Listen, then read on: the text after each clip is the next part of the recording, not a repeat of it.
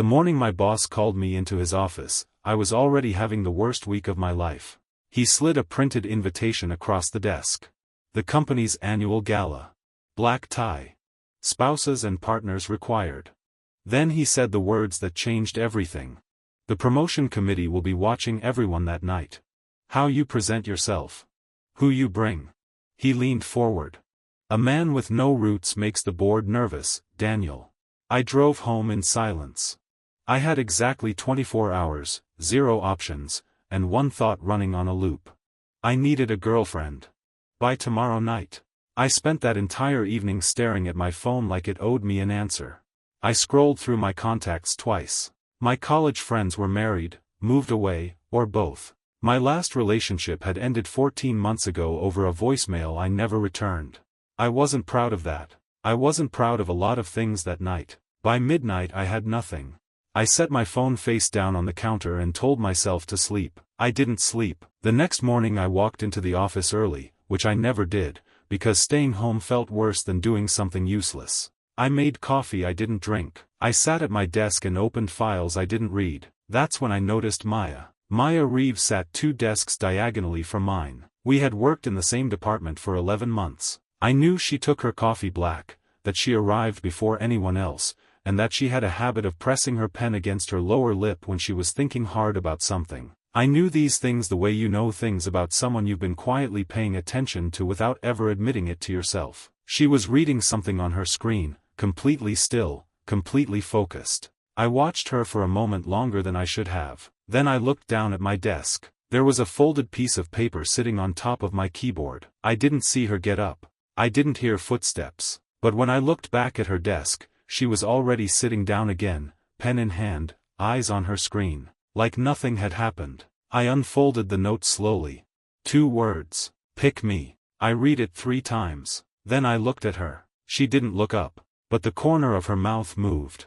Not quite a smile. Something more controlled than that. Something that said she had thought about this before she did it. My first instinct was to walk over and ask if she was serious. My second instinct was to sit very still and not do anything stupid. I sat very still. For 4 minutes I didn't move. I just held that note and tried to figure out if this was the most convenient thing that had ever happened to me or the beginning of something I wasn't ready for. Knowing Maya, I suspected it was both. I folded the note once and put it in my shirt pocket. Then I stood up, walked to her desk, and said the only honest thing I could think of. We need to talk. She finally looked up. Those calm, unhurried eyes finding mine like she'd been expecting me to arrive at exactly this moment. I know, she said. I already know what you're going to ask. She closed her laptop. Coffee. 15 minutes. And Daniel? She picked up her pen. Bring the note. We sat in the corner booth of the cafe across the street. Maya wrapped both hands around her coffee cup and looked at me the way she looked at complicated spreadsheets. Like she was already 3 steps ahead and waiting for me to catch up. So, she said, tell me exactly what you need. I told her everything. The promotion. The gala. What my boss had said about roots and the board and appearances. I didn't make it sound better than it was. I told her the truth because something about the way she was looking at me made it clear she would know the difference. When I finished, she was quiet for a moment. One night, she said. One night, I confirmed. She looked at her coffee. I have conditions. I almost smiled. I expected that. She held up one finger. No lying about how we met. We say we met at work. That's true. Everything else we keep as close to real as possible. Lies have too many edges. They cut you when you're not looking. I nodded. Second finger. Whatever happens at that party, we decide together. You don't make promises to your boss or anyone else that involve me without asking me first. Agreed. She paused on the third condition. Looked at me differently. Quieter. If at any point this stops feeling right to me, I walk. No explanation required. You don't get to be upset about that. The way she said it told me the condition wasn't really about the gala. Understood, I said. She nodded once. Then I'll do it. We spent the next hour building our story. How long we'd been together. How I'd finally asked her out. She was precise about every detail, asking questions I hadn't thought to consider. What do you order when you're nervous? Do you hold doors? Are you a good dancer? Decent, I said.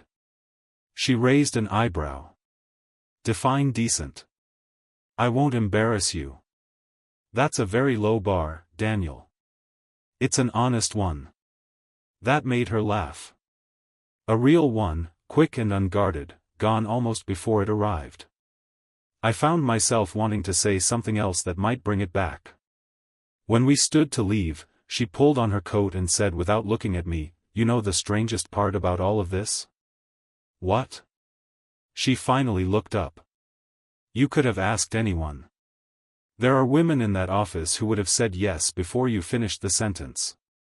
A pause. Why did you come to my desk? I held the door open for her. The honest answer was already forming somewhere behind my chest, warm and inconvenient. Because you asked first, I said. She stepped outside into the cool morning air. No, she said quietly, almost to herself. That's not why. She didn't explain. She just started walking back toward the office, and I stood there for a moment in the doorway, holding her words like the note she'd left on my desk. Certain she was right. Not yet ready to admit it. The gala was everything I expected and nothing I was prepared for. Marble floors. Soft gold lighting. The kind of room that made ordinary people stand straighter and pretend they belonged. Maya belonged. She walked in wearing deep burgundy, hair pinned back with 2 loose strands that fell against her jaw, and I watched 3 people turn to look at her before we'd made it 10 steps inside. She didn't notice. Or maybe she did and simply didn't find it interesting. She leaned close and murmured, "Stop staring. You're supposed to already be in love with me." "I'm supposed to be convincing," I said. "I'm being convincing. You're being obvious. There's a difference?" She pressed her lips together to kill a smile. "Tonight there is. My boss found us within minutes." He shook my hand, turned to Maya with the particular warmth reserved for people who matter to someone he's evaluating, and said, "So you're the one he's been keeping secret." Maya smiled. Calm, genuine, effortless. "He's not very good at sharing," she said. "I'm working on him." My boss laughed. Actually laughed. I made a mental note to thank her later. Then I saw Marcus. Marcus Chen. My closest competition for the promotion.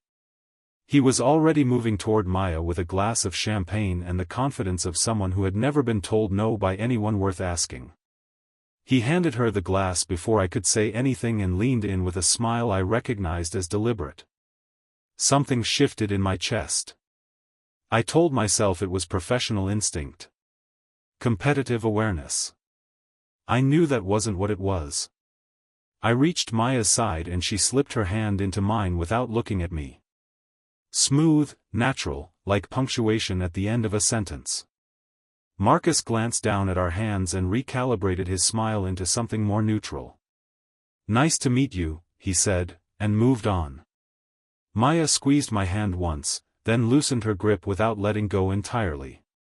"Breathe," she said quietly. I was breathing. "You were calculating. There's a difference." When the slow song started, she raised one eyebrow. "They're watching," she said. "I know. So we should dance."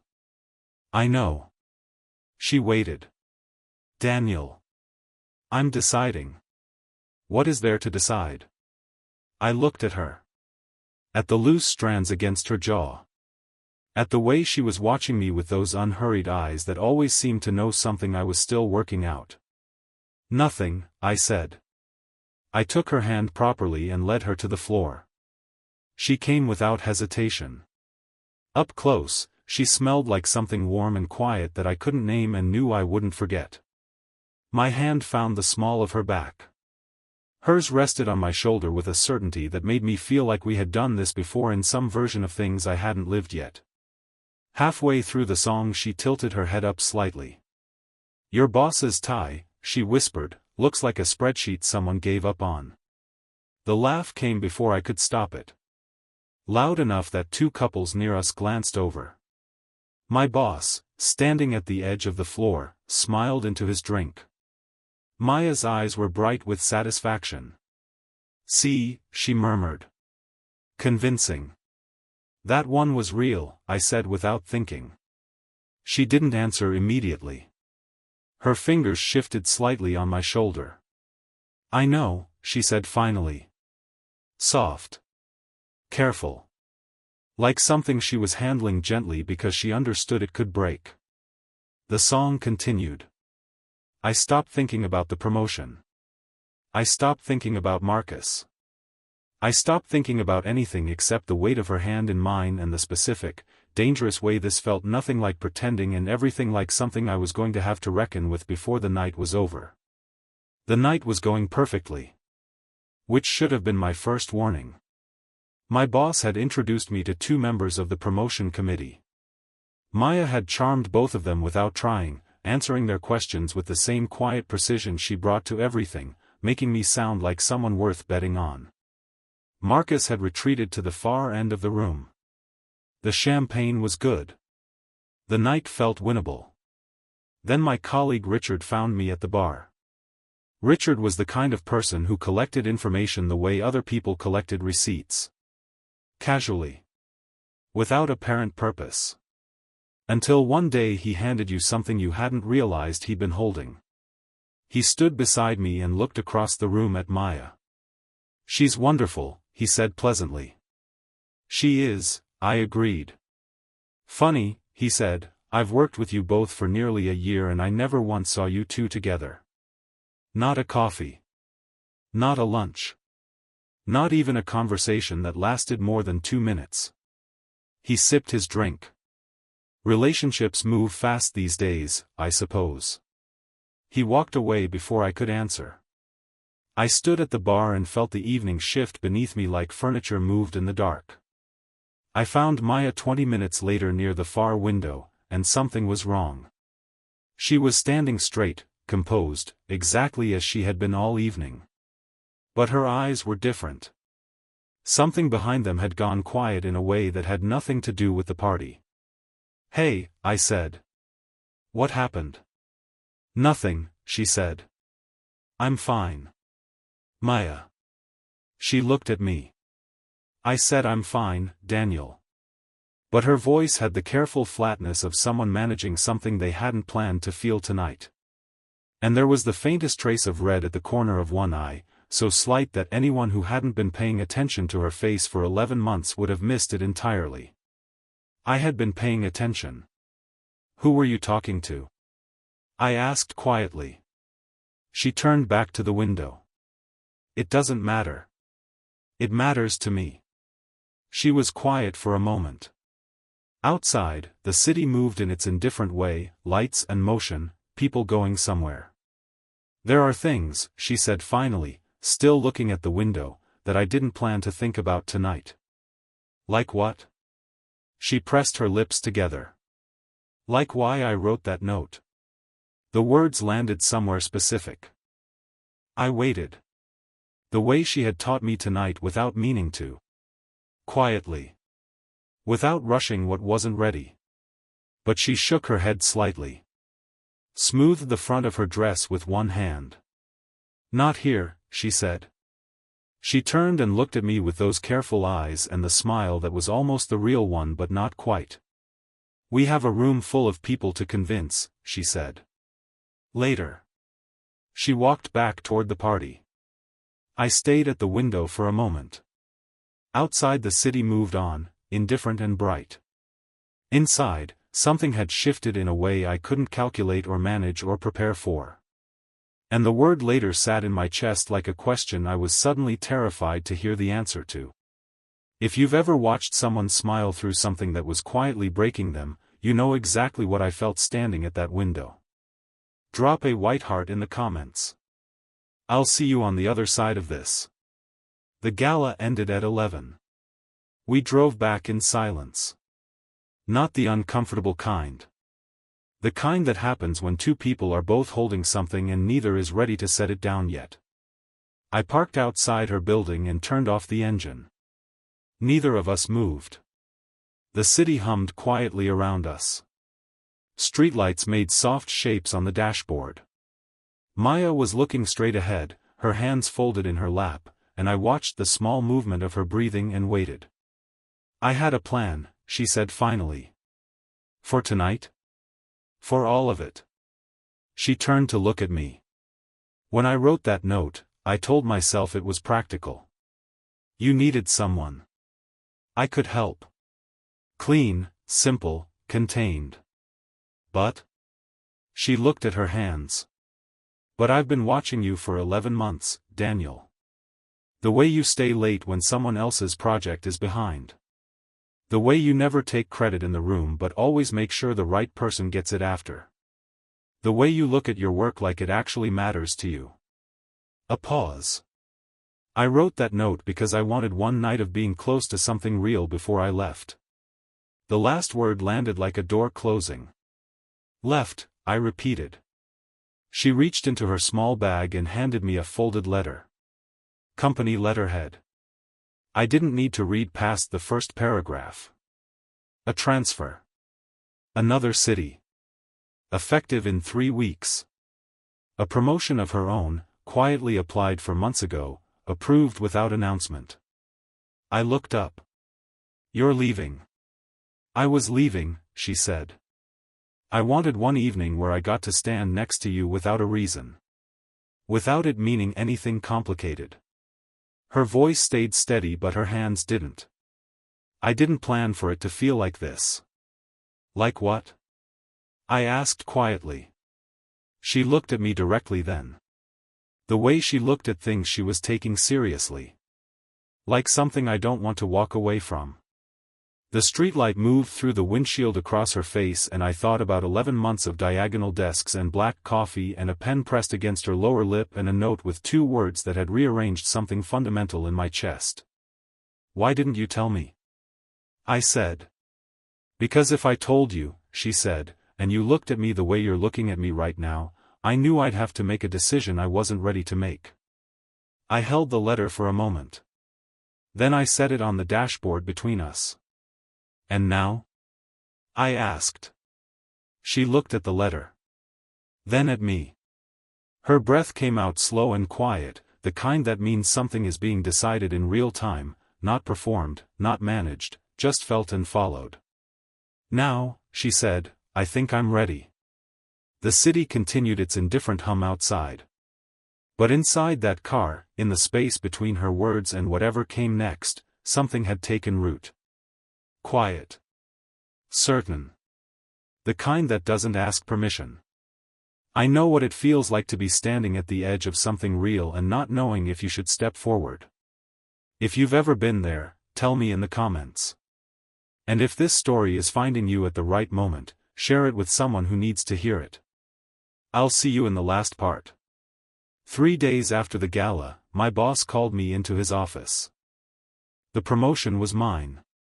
He slid the offer letter across the desk the same way he had slid the gala invitation. Neat. Deliberate.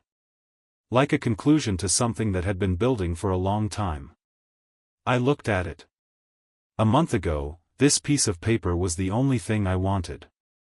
I had measured the last 2 years of my life against this moment. Late nights. Missed weekends. Every careful, calculated decision folding toward this single outcome. I thanked him. I picked up the letter. I walked back to my desk. Maya's chair was empty. She had taken a personal day. I knew because I had noticed the moment I walked in that morning, the way you notice when something that belongs in your peripheral vision is suddenly gone and the whole room feels slightly wrong without it. I sat down. I put the offer letter on my desk. I looked at her empty chair for a long moment. Then I took out my phone and typed one sentence. "I need to tell you something. Not over text. Can I come over?" Her reply came in 4 minutes. "I'll put the coffee on." She opened the door in a gray sweater, hair down, no careful composure, just her, and something about seeing her like that, unguarded and ordinary and real, made everything I had planned to say rearrange itself into something simpler. I held up the offer letter. "I got the promotion," I said. "Daniel." Her face opened into something warm and genuine. "That's wonderful. I also need to ask you something." She leaned against the doorframe. Those quiet eyes finding mine. "The transfer," I said. "Is it final?" She was still for a moment. "It doesn't have to be," she said carefully. "I haven't signed the final paperwork." I looked at her standing in her doorway in her gray sweater in the ordinary morning light, and I thought about a folded note on a keyboard and a slow song and a laugh I hadn't been able to stop and a car parked on a quiet street and the word later and everything it had carried. "Stay," I said. Not a performance. Not a calculation. Just the truest thing I had said in years. Maya looked at me for a long moment. The way she looked at things she was taking seriously. The way she looked at things she had already decided but wanted to be sure about. Then she stepped back from the doorframe. "Come inside, Daniel," she said quietly. "The coffee's getting cold." I stepped inside. She closed the door behind us. And just like that, without paperwork or conditions or carefully managed terms, something that had started as a note on a keyboard became the realest thing in my life. Not because we planned it. Because we stayed. If someone came to mind while you were watching this, that's not an accident. Send this to them. No explanation needed. They'll understand. And if this story moved you, leave a like, subscribe, and I'll see you in the next one.